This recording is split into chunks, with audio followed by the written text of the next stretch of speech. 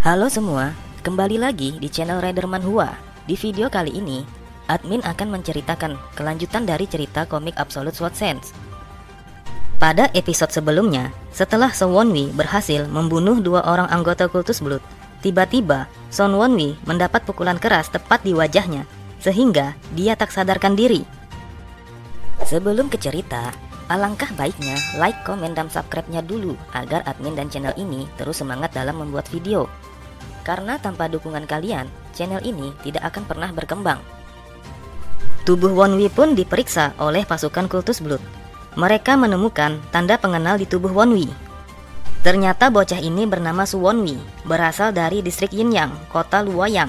Di sini tertulis dia berasal dari klan Radiant. Salah seorang warrior berkata, "Aku pernah mendengar namanya. Dia adalah seorang playboy di provinsi Henan. Dia adalah sampah kota Luoyang. Dia diperlakukan seperti orang asing oleh keluarganya sendiri setelah dantiannya hancur oleh ledakan Ki. Tuan, saya punya usulan.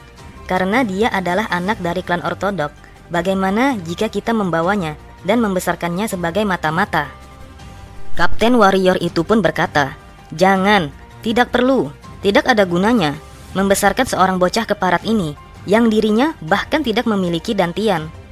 Jika kupikir, dia pasti bakalan mati. Untuk latihan dasar pun sepertinya dia tidak mampu. Selain itu, lihatlah kondisinya. Meski berasal dari klan yang cukup terkenal, saking ketakutannya, dia pun kencing di celana. Dia pun tidak bisa dianggap sebagai produk dengan kualitas yang rendah. Habisi saja dia." Mendengar perkataan Kapten Warrior itu, Wonwi pun menangis sambil memohon, "Tolong, jangan bunuh saya, Tuan. Saya bersumpah akan melakukan apa yang Tuan inginkan, termasuk menjadi mata-mata. Tolong biarkan saya hidup, Tuan." Di dalam hatinya, Wonwi berkata, "Aku mengatakan sambil menangis, aku berjuang untuk menghindari kejadian itu, tapi aku tetap saja berakhir dengan situasi yang sama. Tapi, bedanya kali ini, yang terjadi tanganku diikat ke belakang." Wonwi pun teringat akan peri pedang. "Hei peri, sudah berapa lama aku tak sadarkan diri?" Kenapa dia tidak menjawab? Apakah karena pedang itu tidak di tanganku? Mungkin aku hanya bisa berbicara kepadanya saat aku memegang pedang itu. Warrior itu berkata, "Cukup menarik seorang bocah playboy tanpa dantian. Meski tanpa dantian, kau mampu membunuh dua anggotaku dengan pedang pendek yang tua ini. Kau memang anak dari klan ahli bela diri yang terkenal itu, meskipun kau kehilangan dantianmu." Mendengar pujian yang diberikan Kapten Warrior itu, Wonwi merasa sedikit tenang. Pendapatnya tentangku bahkan jauh lebih besar dibandingkan kehidupanku sebelumnya. Yang ku tahu, Kultus Blood adalah pragmatis. Jadi, sekarang mereka akan membawaku. Aku sudah berjuang di kehidupanku yang sekarang agar tidak bernasib sama. Tapi ujung-ujungnya, aku tetap di bawah mereka. Aku harus berpikir positif. Aku harus selamat untuk saat ini. Tiba-tiba, dengan tegas Kapten Warrior itu berkata, "Kita akan membunuh bocah ini." Namun, salah seorang bawahannya berkata, "Tapi Kapten, setidaknya dia produk yang cukup berkualitas kalau kita membesarkannya dengan baik." Dengan tegas, Kapten Warrior itu mengatakan, dia memang berguna untuk menjadi mata-mata. Namun, ada banyak orang dengan dantian yang berguna untuk menjadi mata-mata dibandingkan bocah tanpa dantian ini. Apakah ada alasan kita menggunakan produk cacat seperti dia? Cepat, bunuh saja bocah itu. Wonwi terus berpikir bagaimana cara meyakinkan Kapten Warrior itu. Satu-satunya yang berbeda adalah pendapatnya tentangku. Dia memikirkan hal yang sama. Aku tidak punya pilihan lain selain memohon kepadanya seperti tadi. Sambil tertawa, Kapten Warrior itu berkata, "Lihatlah dirimu, kau baru saja mengetesku. Dan sekarang kau coba memohonku. Berhentilah mencari jalan keluar dan bayarlah perbuatanmu karena telah membunuh anggotaku." Dalam keadaan terdesak dan keputusasaan, Wonwi terus berpikir, ini bahkan lebih buruk dari kehidupanku sebelumnya. Berpikirlah Wonwi, setidaknya ulurlah waktu walau hanya sebentar. Aku tidak bisa mati seperti ini setelah kembali ke masa sekarang. Salah satu anggota warrior itu mulai mengayunkan pedangnya, bersiap untuk membunuh Wonwi. Kapten warrior itu terus-terusan tertawa. Melihatmu mencari jalan keluar dengan penuh keputusasaan sungguh sangat menyenangkan. Kenapa tidak sekalian kau memohon seperti seekor binatang? Mungkin saja aku bisa menggunakanmu seperti anjing. Tiba-tiba, Wonwi terkejut melihat pedang berhias di belakang Kapten warrior itu. Aku pernah melihat pedang itu sebelumnya. Hiasan putih di gagang pedang itu. Dengan sigap, Wonwi bersujud ke tanah sambil berkata, "Pujian kepada Diamond Blood dan semoga panjang umur Kultus Blood. Saya tidak pantas berada di hadapan Bloodstar." Mendengar perkataan Wonwi, para warrior itu pun terkejut dan mereka memandang satu sama lain. Apakah Bloodstar ada di sini di antara kita? Melihat reaksi para bawahannya, Kapten warrior itu berkata, "Kalian sangat berisik. Mana mungkin seorang seperti Bloodstar ada di sini?" Belum sempat melanjutkan perkataannya, Kapten warrior itu terkejut dan langsung bersujud saat melihat salah seorang Bloodstar berdiri di belakangnya. 11 eksekutif yang memimpin Kultus Blood, 4 Venerable Ones, dan 7 Bloodstar. Aku tidak pernah melihat salah satu dari mereka sebelumnya. Tetapi, aku pernah mendengar rumor jika Bloodstar terkadang menyamar sebagai warrior kelas rendah untuk mengamati para warrior. Perlahan, Bloodstar itu berjalan menghampiri Wonwi. "Angkat kepalamu, kau sangat menarik. Aku belum pernah ketahuan saat pada pemeriksaan sebelumnya." Dia adalah Do Jang Ho, salah satu anggota Bloodstar di Kultus Blood. Do Jang Ho berkata, "Bagaimana kau bisa menemukanku, sedangkan kau bukan dari anggota Kultus Blood?" Dengan tenang, Wonwi menjawab, "Dari pedang Anda, Tuan. Hiasan pedang yang melilit gagangnya. Saya pernah mendengar bahwa hiasan itu dibuat untuk menggenang kuda Anda." Mendengar jawaban spontan Wonwi, Do Jang Ho pun sedikit tersenyum. "Kau punya mata yang cukup tajam." Do Jang Ho terus menginterogasi Wonwi. "Sekarang jawab ini. Bagaimana seseorang yang bukan anggota dari Kultus Blood mengetahuinya?" Wonwi terdiam sejenak dan memikirkan bagaimana cara menjawab dengan tepat agar Do Jang Ho tidak curiga. Dia mencurigaiku. Akan sangat aneh kalau dia tidak curiga. Akan tetapi, di kehidupanku sebelumnya, aku bersembunyi di faksi ortodok sebagai mata-mata Kultus Blood selama 7 tahun. Aku sudah merasakan di situasi seperti ini selama ratusan kali. Dengan sangat tenang dan berhati-hati, Wonwi memberikan jawaban.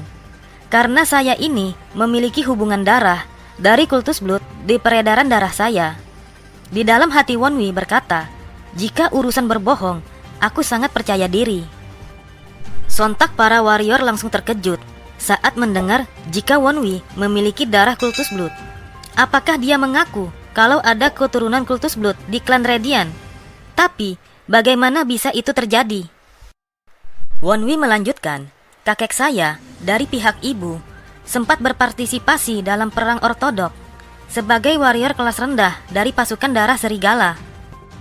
Setelah terluka parah dalam peperangan, dia pergi mengembara untuk menemukan tempat tinggal baru dengan keluarga satu-satunya, yaitu ibu saya. Itulah sebabnya kakek saya menetap di kota Luoyang." Wonwi melanjutkan, "Sulit bagi kakek saya untuk menemukan tempat tinggal ketika mereka melarikan diri dari peperangan. Tetapi luka dalamnya tidak bisa disembuhkan. Ibu saya pun berusaha untuk menutupi biaya pengobatan kakek saya. Ibu saya bekerja sebagai pelayan Radiant. Di saat itulah ibu bertemu dan menjalin kasih bersama ayah. Dan saya lahir di tengah keluarga Radiant." Do Jang Ho berkata, "Jadi, kakekmu merupakan bagian dari pasukan darah serigala. Cukup menarik. Lanjutkan ceritamu." "Ketika saya masih kecil, saya dilatih oleh kakek saya. Kapanpun saya mengeluh dan tidak bisa melewati latihan yang keras, kakek langsung akan membahas kapten dari pasukan darah serigala, Noh Joman, dan anaknya, Noh Sunggu. Kakek akan bilang kepada saya, anak laki-laki dari Kapten Noh Joman mampu menyelesaikan seluruh latihan pasukan darah serigala di saat dia masih seusiamu." Para warrior itu terheran saat Wonwi membicarakan Kapten Darah Serigala itu. Bagaimana bocah ini bisa tahu nama Kapten Darah Serigala yang sekarang dan yang sebelumnya? Kakek selalu bilang kalau Kultus Blood akan mencari kami suatu hari nanti. Bahkan 5 tahun yang lalu, saat ucapan terakhirnya, ia bernostalgia dan menceritakan tentang darah serigala. Kemudian, Do Jong Ho pun berpikir, aku paham, ini menjelaskan bagaimana cara kau bisa membunuh 2 pengikut kami, bahkan dengan tubuh yang dantiannya hancur. Dengan mengejutkan, Kapten Warrior itu berteriak, wahai Tuan Bloodstar, kumohon jangan dengarkan apa yang dikatakan bocah sialan itu. Saya tidak tahu dari mana dia mendengarnya tentang pasukan darah serigala. Belum sempat dia menyudahi perkataannya, tiba-tiba Do Jong Ho berpaling dengan tatapan tajam. Kapten Oh, siapa yang bilang kau boleh memotong perkataanku? Aku tidak tahu kalau menjadi Kapten Warrior Diamond Tiger membuat seseorang bernyali untuk menentang ucapan seorang Bloodstar. Dengan spontan, Kapten Warrior itu tunduk. Maafkan kelancangan saya, Tuan. Saya tidak akan mengulanginya lagi. Melihat kejadian itu, Wonwi terdiam. Seorang kapten bisa terjatuh ketakutan hanya dengan beberapa patah kata dan tatapan tajam. Jadi ini salah satu kekuasaan Bloodstar. Do Jong Ho pun kembali menghampiri Wonwi. Tapi ada sesuatu yang aneh. Membunuh anggota kita itu diperbolehkan ketika melindungi diri. Tapi, mengapa kau tidak memberitahu identitasmu kepada Kapten Oh dan malah memohon agar kau tidak dibunuh? Wonwi terdiam. Dia pun menunduk, mencoba memberikan penjelasan. Karena saya takut, saya akan dihukum. Karena telah membunuh 2 orang anggota Kultus Blood. Mohon ampuni saya, Tuan. Sambil tertunduk pasrah, Wonwi pun berpikir, dia cukup peka. Bahkan ketika aku menyatukan kebohongan dan kebenaran sekaligus, dia tidak termakan omonganku dan langsung menemukan hal yang tidak konsisten. Tiba-tiba, Do Jong Ho pun tertawa terbahak-bahak. Dengan santai, ia berkata, sepertinya leluconku terlalu kejam. Ya, aku paham alasanmu. Kalau kakekmu seorang anggota Kultus Blood, berarti kita adalah saudara. Kita hampir kehilangan keturunan kultus yang tersesat. Aku mau menerimamu sebagai anggota kultus untuk melanjutkan jejak kakekmu. Bagaimana menurutmu? Apakah kau menerimanya? Wonwi menjawab, Tuan, ini merupakan suatu kehormatan bagi saya. Kakek saya pun pasti akan bangga. Dalam hati, Wonwi berkata, aku kira ada yang salah, sehingga dia tiba-tiba tertawa. Setidaknya aku selamat. Tapi pada akhirnya, aku bergabung dengan kultus secara sukarela. Oke semua, cukup sampai di sini dulu video pembahasan cerita kali ini. Terima kasih buat kalian semua yang sudah menonton. Sampai jumpa di video cerita selanjutnya.